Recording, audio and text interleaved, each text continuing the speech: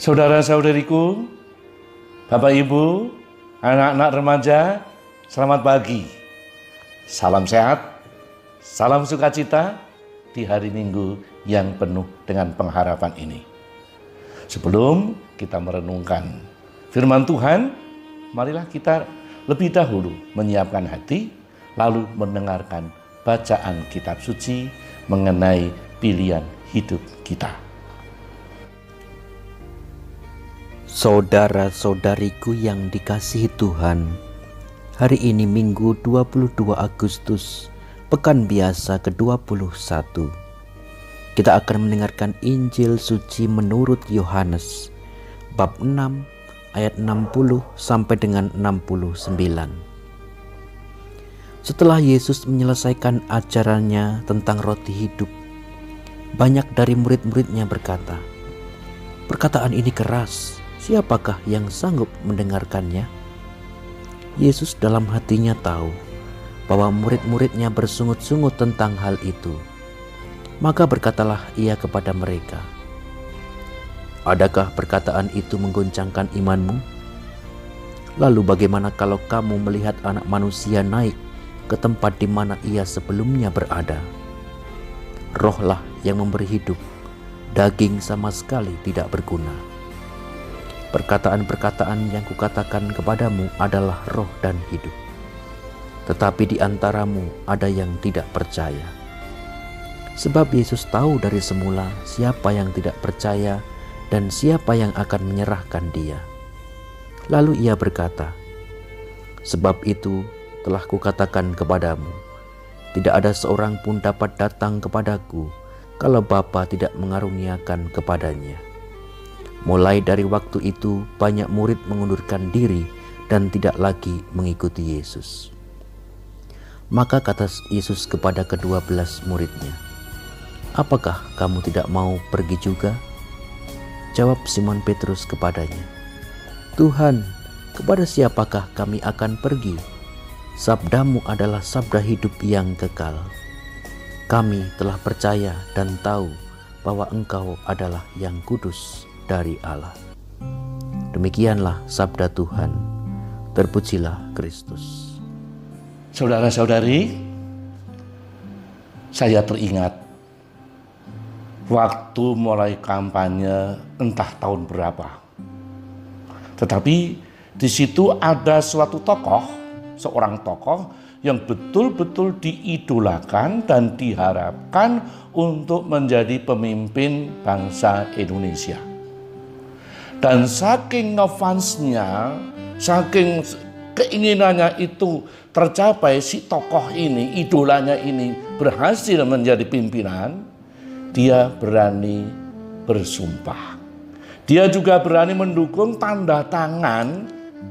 Kalau tanda tangan itu kan biasanya pakai pena, spidol dan sebagainya. Tapi ini tanda tangan dengan darah. Darahnya sendiri. Artinya apa? Artinya seolah-olah itu mengatakan, hidup atau mati aku ikut dia.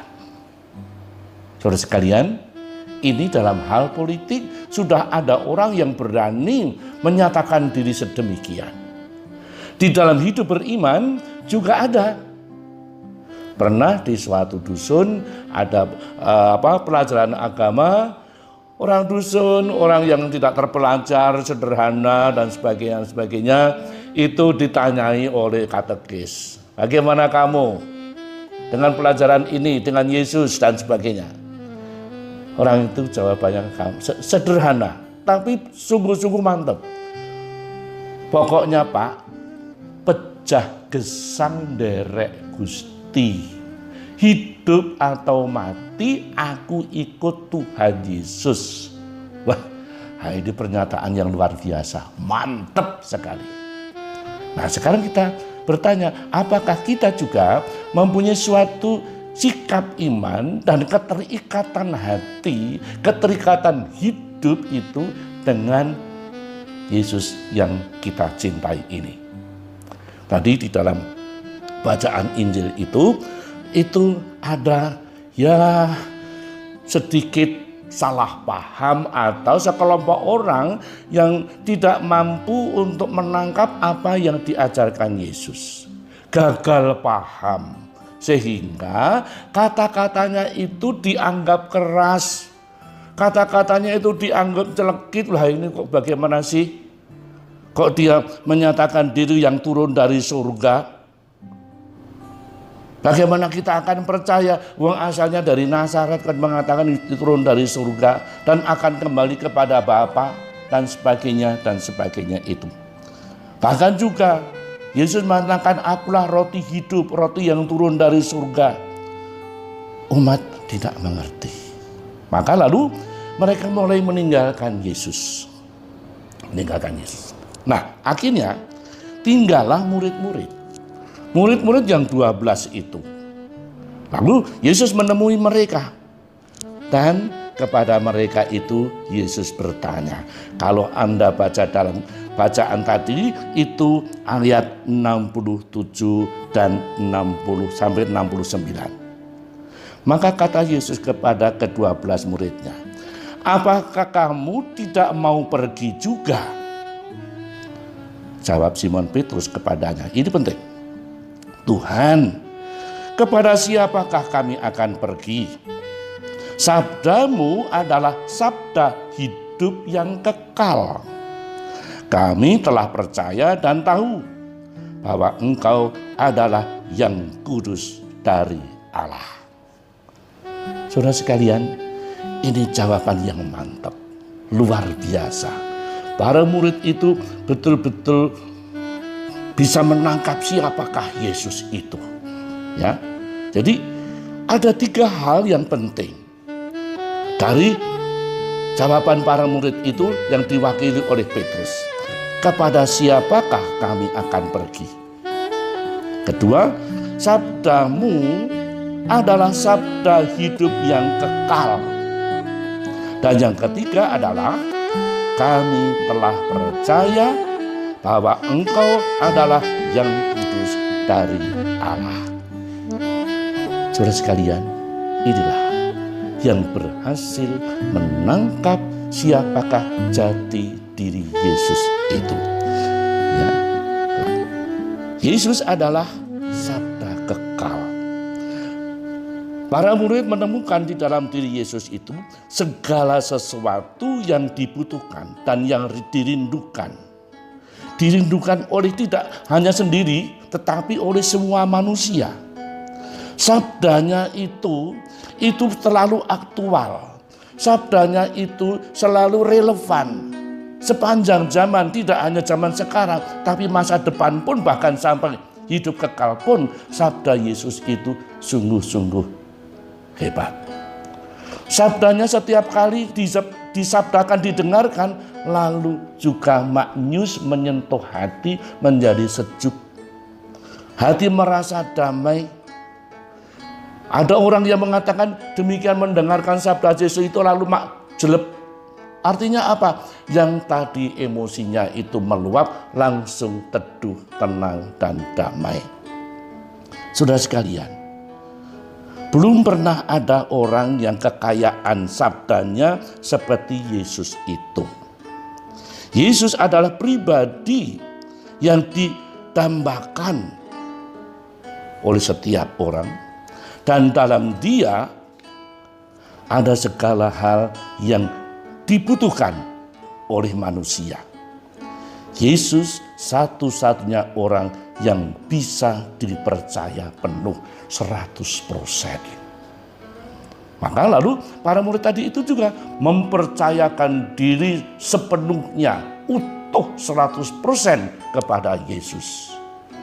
Ini menjadi pertanyaan bagi kita, akukah bisa semacam itu? Sabdamu adalah hidup yang kekal. Selain membawa sukacita, memberi semangat, tapi juga sabda itu memberikan obor terang dalam perjalanan hidup yang kadang-kadang ada kegelapan, yang kadang-kadang ada keremangan, ada ketakutan, kekhawatiran kalau kesasar dan sebagainya. Obor dalam perjalanan hidup dan juga memenuhi hati dengan damai. Sabda yang mengandung harta abadi. Sabda yang selalu aktual untuk hidup di dunia ini menghadapi segala macam persoalan dan tantangan. Sabda yang sungguh-sungguh menjadi suatu pegangan kalau ada keraguan, ada pengaruh sana sini, berita hoax dan sebagainya, diintimidasi dan sebagainya. Tapi dengan kembali kepada Yesus, orang itu memperoleh kembali pegangan hidupnya. Tadi dengan demikian lalu sabda itu sekaligus harta untuk hidup yang kekal. Kekuatan dan daya yang ada dalam sabda itu lintas batas. Tidak hanya di dunia, tetapi juga di akhirat nanti. Tidak hanya zaman sekarang dan besok, tetapi abadi sifatnya. Itu yang kedua. Kemudian yang ketiga,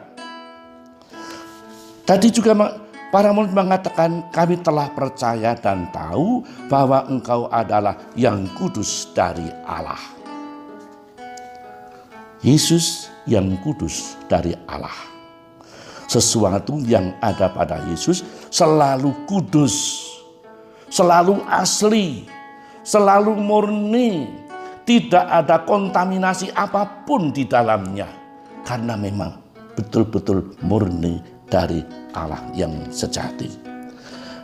Jadi Yesus menerima itu, dirinya sendiri itu langsung dari Allah dan menjadi sumber kekudusan.